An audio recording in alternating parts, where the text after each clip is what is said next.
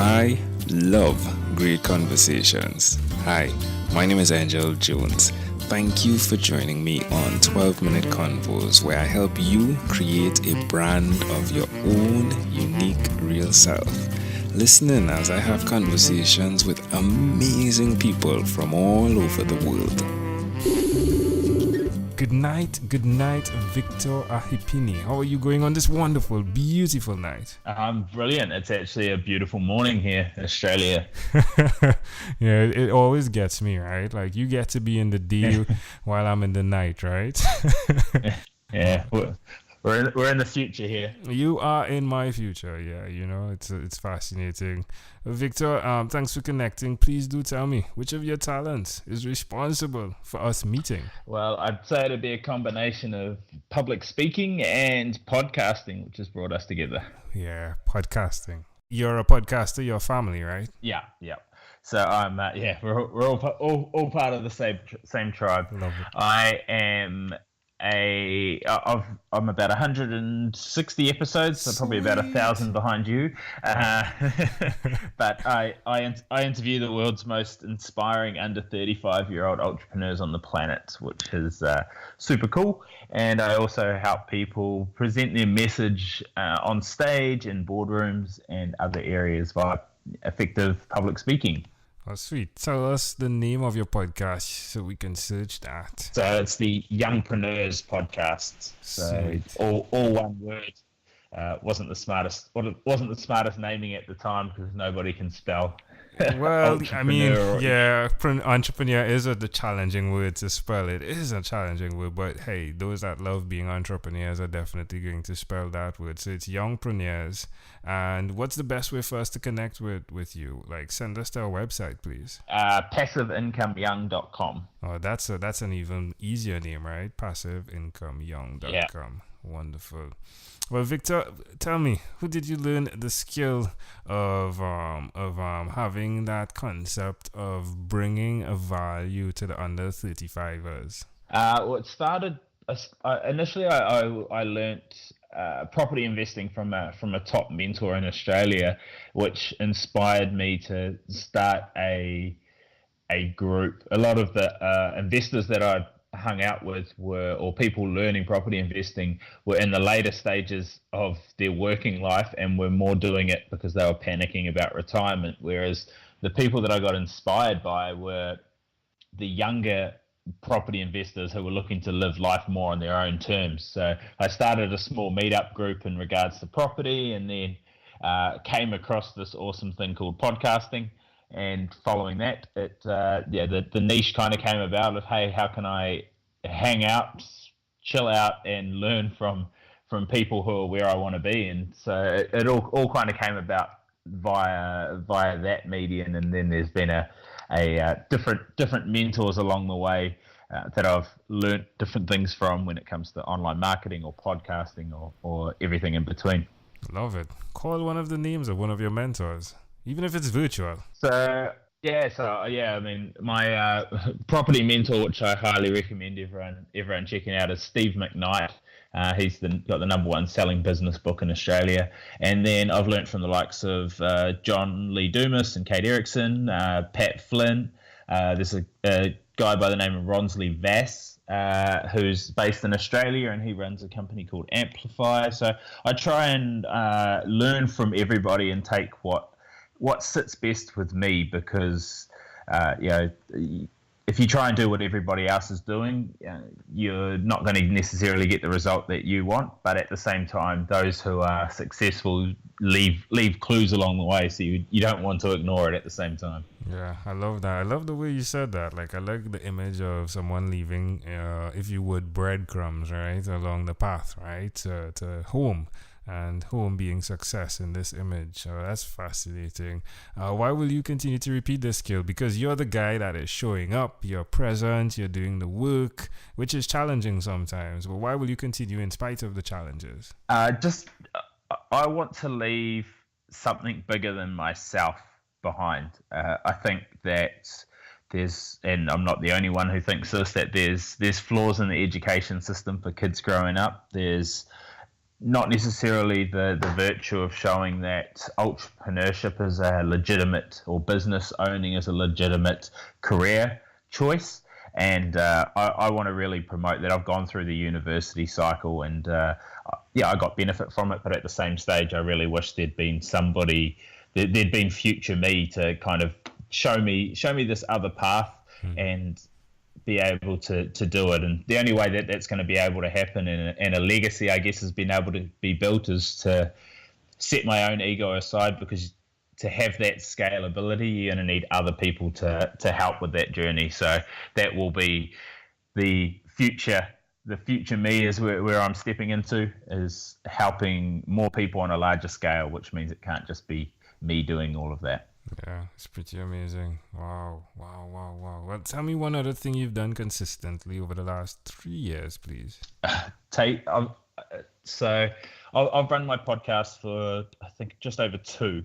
And throughout that, I've said yes to so many things, not knowing what the ROI would be, not knowing what the time commitment would be. Obviously, there's times where you still have to say no to things, but I've said yes to a lot of things, and just found a way to make it happen and systemize other things to be able to create more opportunity. So, for example, initially, some of my guests were like, "Wow, your podcast is going really well. Can you do some consulting work?" Yep, sure. I'll happy to help you out. And then from there, developed into helping more and more people, and then been invited onto different summits and local speaking events, and becoming featured in just a small group of 20 people that you're talking to. It evolved to national and international speaking events, and then recently I just gave a TEDx talk based off the back of my podcast. It was about how a lot of my guests use mindfulness and meditation as their secret weapon. So all of that, I think, when I first put out my first ever episode, and this can be in business, it can be in life, just taking that first step and then keeping on working at it, the doors slowly start to open, and then it becomes a snowball effect. Now people say, "Oh, you've done a TEDx talk, and you've spoken at this, and you've done this, and you've interviewed so-and-so," and your social proof starts going up. You've still potentially got the same skill set and energy and excitement. You've just the doors just start to open a little bit easier the longer that you've done it. And from a podcasting point of view, when you and I are both safely past it, but I think it's 7 or 8 episodes that the average show gets to before it dies out. And I just look at all those people who have missed out on so many cool conversations, so many cool opportunities, and that literally the ability to change their life with a podcast, or with a YouTube channel, or with a blog. You see it time and time again. How does it make you feel? It's quite funny. I was sitting back and thinking about it the other day, and when you're in the moment doing it, you really have to be quite aware of that you're doing something cool.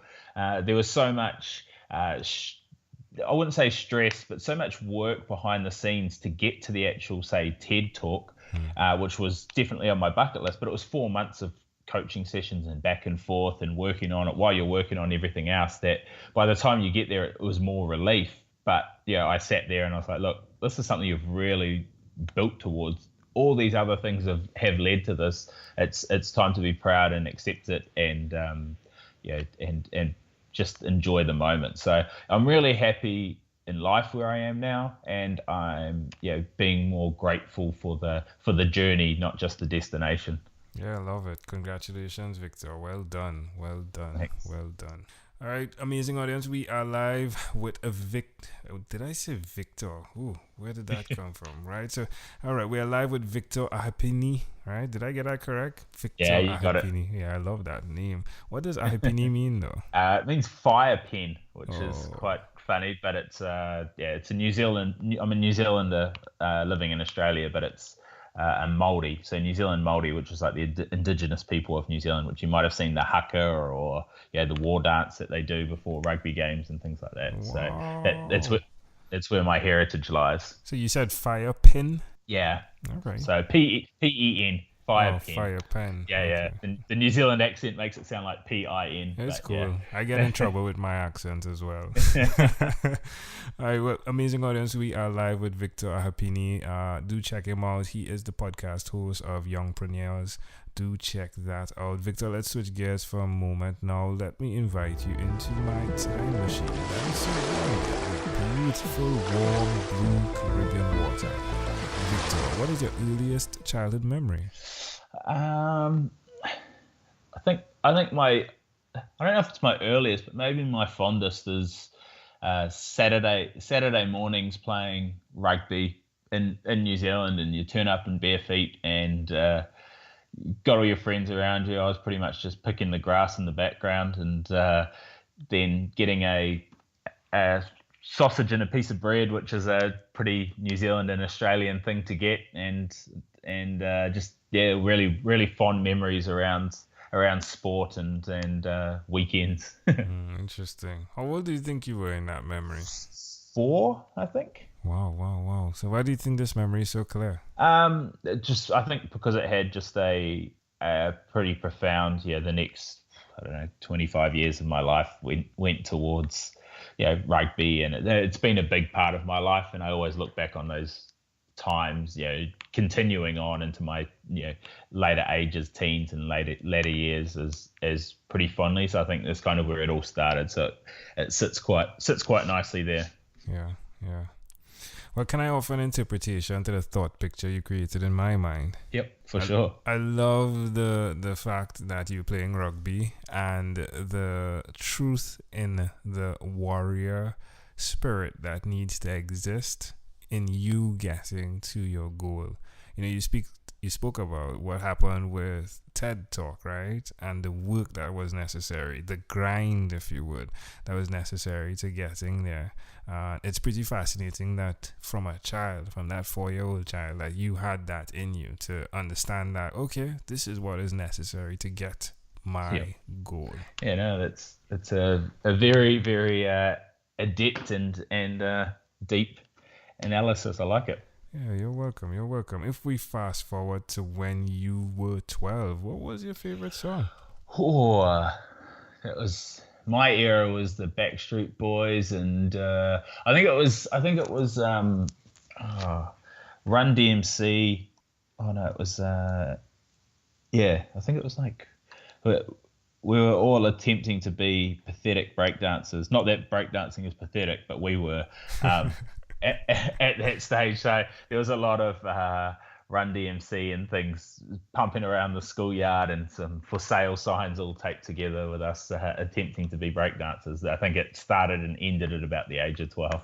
Do you remember the name of a song?